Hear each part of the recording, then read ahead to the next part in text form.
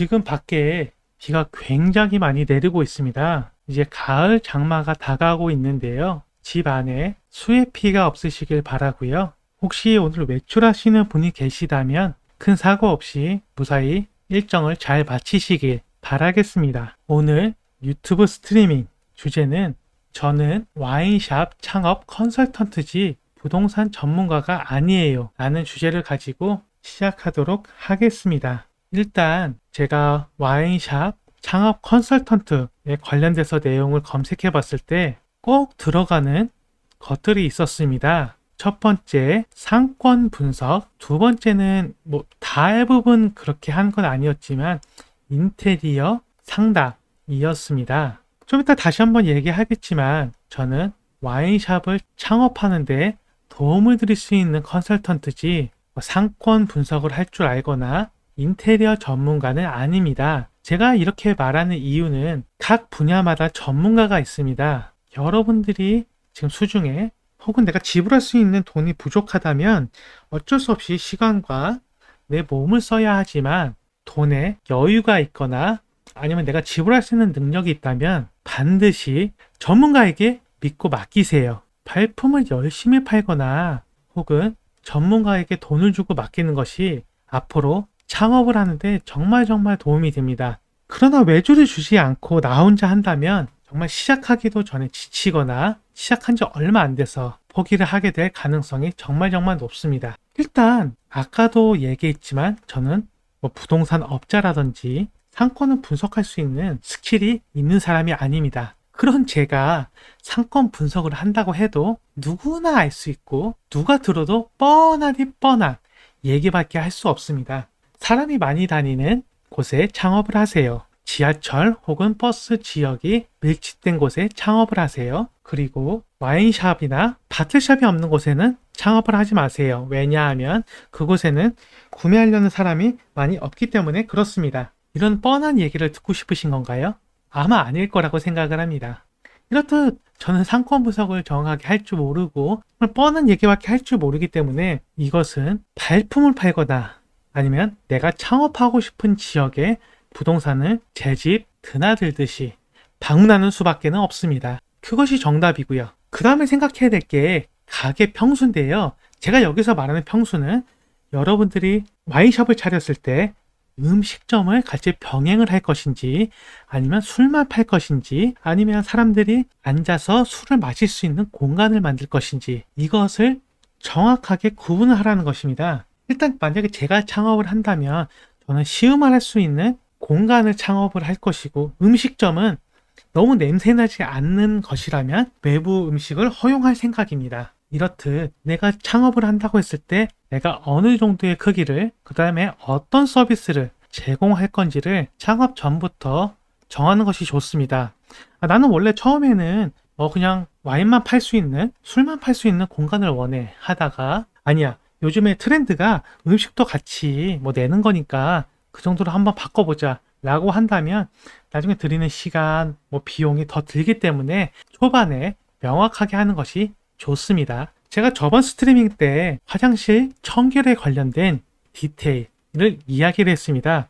그 얘기를 듣고 제 지인분이 아니 솔직히 그거는 진짜 당연한 거 아니냐 그건 너무 뻔한 거 아니냐 라는 얘기를 하셨고 그러면 솔직히 그거 말고 다른 디테일을 챙길 게 없냐에 대해서 하셨는데요. 일단 저번 영상에서 말했다시피 요즘 코로나가 창궐한 지 몇 년이 지났고 청결에 대한 관심이 사람들이 점점 더 늘어나고 있습니다. 그뿐만 아니라 화장실에 몰카 범죄라든지 남녀가 공용이 된 화장실에 들어갔을 때 남자도 여자도 불편해하는 경우가 굉장히 많았고요. 그뿐만 아니라 향기도 정말 중요한 요소이기도 했습니다. 그렇기 때문에 좀 센스 있는 곳들은 디퓨저를 놓는다든지 아니면 방향제가 시간이 지나면 자동적으로 나오는 그런 것들을 설치하면서 계속 청결에 신경을 쓰고 있습니다. 그리고 제가 이제 납품하는 곳을 갔을 때 이제는 너무 더워서 세수를 하려고 들어가는 경우가 많았는데요. 화장실의 인테리어도 정말 한 몫을 했지만 화장실에 들어갔을 때 비데가 있는지 그 다음에 좀 향기는 어떤지 계속 관리는 좀 꾸준히 하고 있는지가 정말 사람들에게 중요한 요소로 자리 잡고 있습니다. 뭐 서비스, 가격은 뭐 말할 것도 없고요. 그 다음에 일단 이것은 합법적인 것은 아니지만 전통주를 제외하고 그 외의 주류들을 택배로 보내는 것은 불법입니다. 하지만 뭐 다들 아시다시피 아름아름하고 있고요. 그래서 이 택배 서비스를 하느냐 하지 않느냐도 좀 중요한 포인트 중에 하나입니다. 그러면 내가 전화로 주문해서 하면 되는 거야?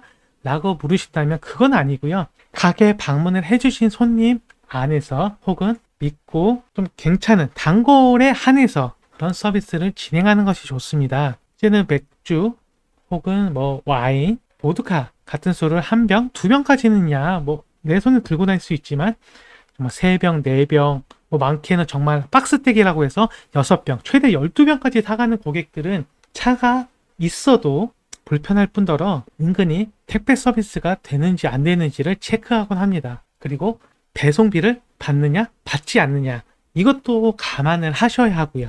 의외로 정말 중요하다고 느낀 게 제가 이제 납품하는 곳에 납품을 갔을 때 단골이었는지는 몰라도 이제는 주인장과 되게 친하게 지내고 얘기를 하면서 한 7병을 구매를 했고 그 주인장이 말하기를 그럼 평소에 했던 대로 그 주소로 보내드리면 되죠? 그러면 오늘은 뭐 이 정도 금액을 사셨으니까 오늘 택배비는 받지 않도록 하겠습니다. 하지만 이 금액 미만일 경우에는 택배비 얼마가 발생되는 거 다시 한번 말씀드릴게요. 라면서 고객을 케어하는 서비스를 들었는데요. 뭐 한 병, 두 병을 택배해 주지 마라. 그 얘기는 아닙니다만 택배를 해줄 수 있느냐, 없느냐, 그리고 그것이 잘 깨지지 않도록 얼마나 신경을 쓰느냐. 이 디테일 또한 사람들이 이것을 단골로 할지 아니면 또 방문을 할지를 체크하는 요소 중에 하나였습니다. 다시 한번 말씀드립니다. 저는 인테리어 전문가가 아닙니다. 그렇기 때문에 어떤 소재로 인테리어 하는 게 좋다라고 말씀드리지는 못하겠지만 핀터레스트라는 사이트를 통해서 인테리어 찾는 방법에 대해서는 설명을 드릴 수가 있습니다. 이거는 말이 아닌 영상을 통해 한번 설명드리도록 하겠습니다. 음식을 파는 와인샵 창업이 아니라 와인을 시음할 수 있는 공간 그리고 너무 냄새나지 않는 선에서 외부 음식을 허용한다고 말을 했습니다. 그렇기 때문에 제일 먼저 눈에 띈 디자인은 바로 이것이고요. 적당한 의자, 책상이 있고 모든 인테리어를 내 마음에 드는 인테리어 찾는 것은 쉽지 않습니다. 부분을 떼어내서 찾고 조금씩 좁혀가는 것이 좋습니다. 여기 아래에 보시면 위 이미지와 비슷한 이미지들을 보실 수가 있는데요. 여기 아래 이미지들을 보면서 내가 원하는 디자인이 무엇인지를 최종적으로 좁혀가는 과정을 보여드리도록 하겠습니다. 일단 이런 인테리어도 굉장히 인상적이고 뭔가 되게 유니크합니다. 저 개인적으로는 굉장히 마음에 들기도 하고요. 하지만 보시다시피 이런 인테리어는 맞춤으로 할 수밖에 없고 비용이 좀 더 많이 들기 때문에 내가 이 비용을 감당할 수 있다면 괜찮겠지만 그러지 않다면 다른 이미지를 찾아보는 것이 좀 더 좋을 것 같네요. 왠지 이케아에서는 뭐 이런 걸 팔지 않을까 싶은 디자인이기도 한데요. 굉장히 유니크하고 뭔가 센스 있어 보입니다. 그리고 와인들을 사이사이에 꽂아놓고 세워놓을 수 있기 때문에 뭐 보기는 좋지만 아무래도 구매하는 고객들 입장에서는 그렇게 쉽지는 않아 보이네요. 이번에는 조명 파트를 전 좀 보고 있습니다. 그 다음에 와인을 쌓아놓는 이런 셀렉도 지금 보고 있는데 이 정도 크기는 굉장히 마음에 드네요. 그리고 내가 원하는 조명 정도의 숫자 혹은 뭐 밝기 같은 것도 체크하시면 좋습니다. 개인적으로 딱 이 정도 지금 보는 사진 정도의 크기의 셀러를 둔다면 꽤 괜찮을 것 같네요. 물론 여기 윗부분까지는 다 이렇게 채울 수는 없겠지만 맞춤으로 하거나 아니면은 이렇게 한쪽 여기 또 한쪽 이런 식으로 해서 놓을 수도 있을 것 같고요. 그리고 제가 아까 전에 내용 한 가지를 말씀 못 드렸는데 가게를 오픈할 때 고가 와인을 보관할 수 있는 그 다음에 내가 이제는 받는 주문한 와인을 쌓아놓을 수 있는 공간은 반드시 만들어 놓으세요. 물론 셀러가 있으면 좋지만 없어도 상관은 없습니다. 하지만 고객들이 다니는 동선에 와인 박스를 놓는다든지 정리종의 박스를 놓는 것은 그렇게 좋지 않은 것 같습니다. 물론 정리종의 고객이 오는 것이 어쩔 수 없지만 창고 비스무리한 공간이 없다면 와인을 어디다 쌓아놔야 될지 그것을 고민하게 되기 때문에 그렇습니다. 그래서 어떤 분은 가게를 오픈하기 전에 와인을 받아서 다 진열을 해놓거나 하는 경우도 있고요. 하지만 시간이 맞지 않는다면 내가 진열하는 중에 고객이 올 수 있기 때문에 약간 창고 비스무리한 공간은 반드시 만들어 놓으시고, 내가 원하는 크기의 가게 평수가 되지 않는다면 받는 수량에 대해서도 잘 조절하시길 바랍니다. 일단 저 같은 경우는 아까 보았던 그런 의자, 책상, 그 다음에 이 정도 크기의 셀러와 조명도 하나, 둘, 셋, 넷, 다섯, 여섯, 일곱, 여덟, 9개 있지만 저는 한 6개에서 최소 5개 정도는 놓을 것 같고요. 밝기는 이것보다 조금 더 밝은 흰색을 쓸 것 같습니다. 이렇듯 처음부터 디테일을 완전 다 잡을 수는 없지만 내가 원하는 디자인이 무엇인지를 체크해 보는 것도 좋고요. 아니면 이걸 봐도 난 도저히 모르겠다, 뭔가 참고할 수가 없다라고 한다면 집 근처에 있는 혹은 와인 가게로 유명한 곳에 직접 방문해 보세요. 그곳에서 내가 참고할 만한 이미지가 있는지를 체크해 보시고 하나씩 정해 나가면 좋습니다. 처음부터 잘 되면 좋겠지만 최소한의 인테리어를 이런 식으로 찾아가는 것이 정말 중요하고 좋습니다. 오늘 유튜브 스트리밍은 여기까지입니다. 구독과 좋아요, 그 다음에 알람 설정 다시 한번 부탁드리고요. 다음 주에는 와인샵을 창업할 때 필요한 서류가 무엇인지에 대해서 스트리밍을 하도록 하겠습니다. 즐거운 주말이고 뭔가 이제 점점 쌀쌀해지는 주말입니다. 다들 감기 조심하시고, 이제 슬슬 가을 모기가 나타난다고 하는데요. 모기 때문에 짜증나는 일이 없으셨으면 좋겠습니다. 바쁘신 와중에 제 스트리밍 들어주신 분들 다시 한번 감사드리고요. 다음 주에 다른 영상으로 또 찾아뵙도록 하겠습니다.